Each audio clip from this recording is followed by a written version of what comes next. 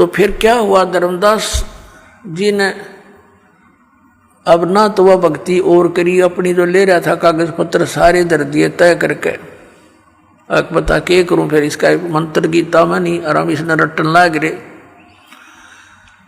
अब श्याम ने सो गया और रोवे अंदर अंदर कि भगवान अब कदे वो संत साधु फिर आ जावे, हे दाता मैं कति बहस नहीं करूं, विवाद नहीं करूंगा, अब के करूं, मैं तो ठगया सा रह गया, मेरा तो सब कुछ लुट गया। ये भक्ति तब करने की इच्छा कति नहीं बनती। सारी रात ऐसे ही करवट बदल बदल कर बखत से उठ लिया। अब उसने सोची खाना बना, उठ के वक्त खाना बना लिया ना तो वो पहले लिपा पोती कराया करता, पूजा पाजा की सारी सामग्री जुटाया करता, रोटी बनाने लग गया वक्त से उठ के। अकीब के करूं बता, और तो कोई काम रहा नहीं। अब खाना बनाने के लिए जंगल से लकड़ी तोड़ कर ला रखी थी शाम को, सुबह वक्त से यानी सूर्य उदय होने से पहले लकड़ जला लिए। एक मोटी लकड़ी अन्य सहयोगी लकड़ी लगा के चूल्हा जला दिया, आग अग्नि जला दी, प्रज्वलित कर दी, अपना खाना बनाया, सब्जी बनाई, फिर रोटी बनाई। धीरे धीरे वह लकड़ी जलती जलती चूल्हे के निकट आ गई, पिछला हिस्सा उसका। तब तक सूर्य उदय होने वाला हो गया, प्रकाश सा खूब अच्छा हो गया। अब उसकी नजर कहाँ गई, उस मोटी लकड़ी के पिछले हिस्से पे एंड पर वह थोथी थी, अंदर से होलो थी और उसके अंदर चींटियां थी। चींटियां अपने अंडे ले लेकर बाहर निकल रही थी और उस लकड़ी के पिछले हिस्से पर कुछ गिल्ली होने के कारण, जलने के कारण एक तरल पदार्थ सा तेल की तरह उबल रहा था। उसके पिछले हिस्से पर एक थोड़ी सी आधी गीली लकड़ी हो थोड़ी बहुत, तो उसका एक ऐसा तरल पदार्थ सा पीछे उबल रहा था, पिछले एंड पर उबलता रहता है। अब वो आगे तो अग्नि फूंक रही, बाहर निकलने की चेष्टा करें तो उसके ऊपर गिर गिर के वहां जल रही, चटक चटक हो रही है।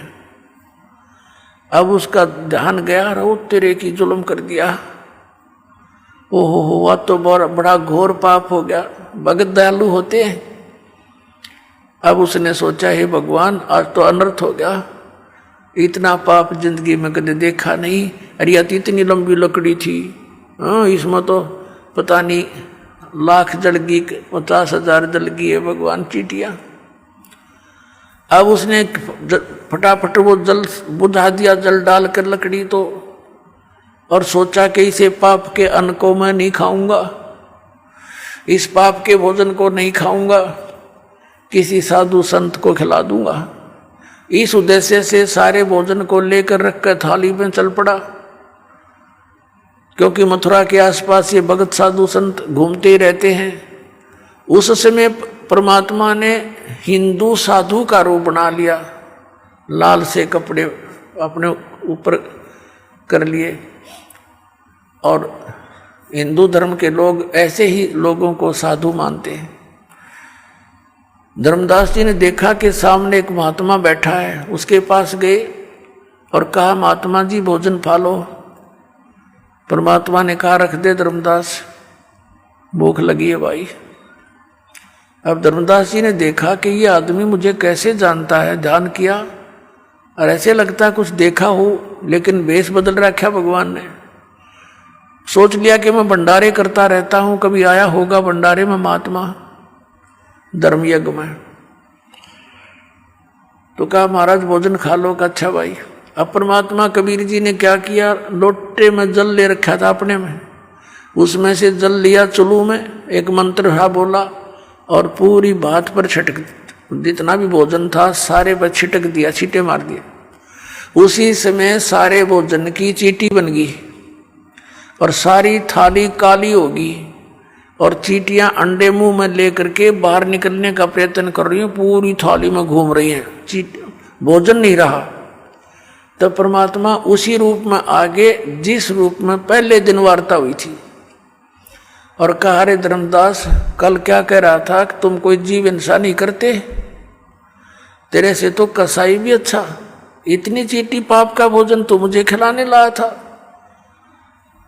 चरण पकड़ लिए, पैरों में गिर गया, हाथ जोड़े, हे भगवान गलती होगी, हे परमात्मा माफ कर दो मुझे, मालिक मैं नीच गणा हूं और पिछला यो गंदा रंग मेरा घना चढ़ रहा था, दाता मेरे से गलती बन गई, रो बुरी तरह।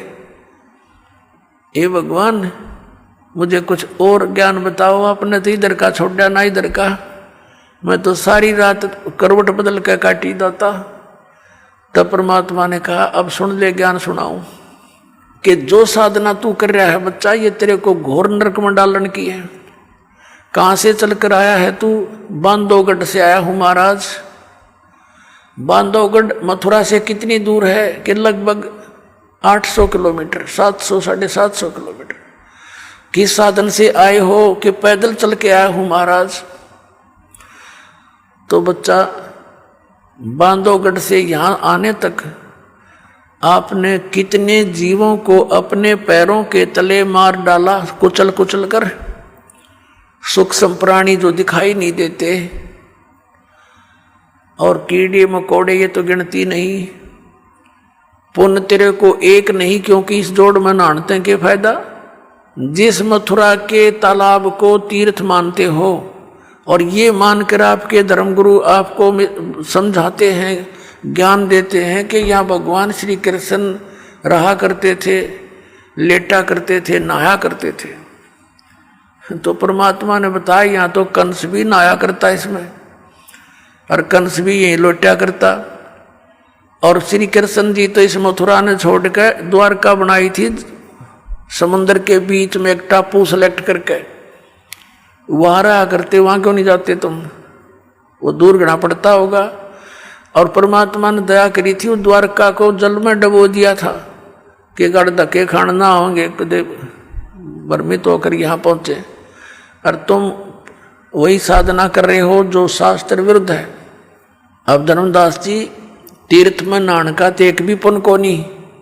फिर तीर्थ के विषय में बताया कि इसको तीर्थ आपने इसलिए मान लिया कि श्री कृष्ण जी यहाँ नहाया धोया करते, यहाँ रहा करते इस तालाब के आसपास। और अन्य तीर्थ सुन ले, और दूसरे धाम कैसे बने हैं, ये मंदिर कैसे बने हैं। जैसे अमरनाथ का मंदिर जहाँ तुम मोक्ष उद्देश्य से जाते हो बोली आत्माओं, वो अमरनाथ कैसे कहलाया कि भगवान शिव जी ने अपनी पत्नी पार्वती को उस स्थान पर मंत्र दिया था जिसको तुम अमर मंत्र बोलते हो। और वो हमारी फर्स्ट एड है, प्राइमरी क्लास की पढ़ाई है। ये प्रथम मंत्र जो आपको दिया जा रहा है, ये मंत्र 5 मंत्र बीच बीच के ये पार्वती को दिए थे। उसका तुमने पता भी कोई ना कौन सा हो अमर मंत्र, अमर मंत्र, अमर मंत्र करते फिरते हो। और उस स्थान पर भगवान शिव ने पार्वती को नाम दिया था, जिस कारण से उसने सच्ची लगन करके जाप करके और जितना अमरत्व प्राप्त हुआ वो प्राप्त किया।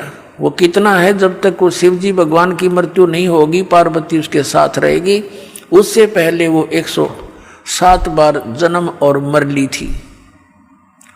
अब पुण्यात्माओं वहां अब ना शिव जी कोई मंत्र दे दिया आपने, और ना कोई और स्थान व्यवस्था, तो वो नाम अमर मंत्र पूरे गुरुत हैं।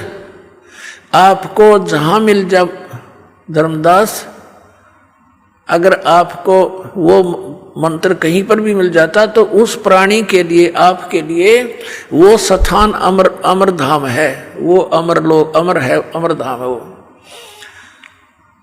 अमरनाथ का स्थान वो है उसके लिए। जैसे ही बाप जी को यहाँ बरवाला आश्रम में मिलता है मंत्रियों, तो आपके लिए तो ये है तीर्थ, ये बरवाला वाला वो तीर्थ है। लेकिन जैसे क्रोथा आश्रम में जिन्होंने मंत्र लिया था तो उनके लिए वो क्रोथा है, वो अमरधाम। लेकिन उस अमरधाम के चाटे वो तो सरकार ने खोज लिया हमारे पे। ये वहाँ कोई माथा टेकन जा भोला भगत बता के क्या मिलेगा, दास तो बैठा है यहाँ पर, तो आपको इस दास के पास आना पड़ेगा। और उस क्रोधाश्रम में कख नहीं।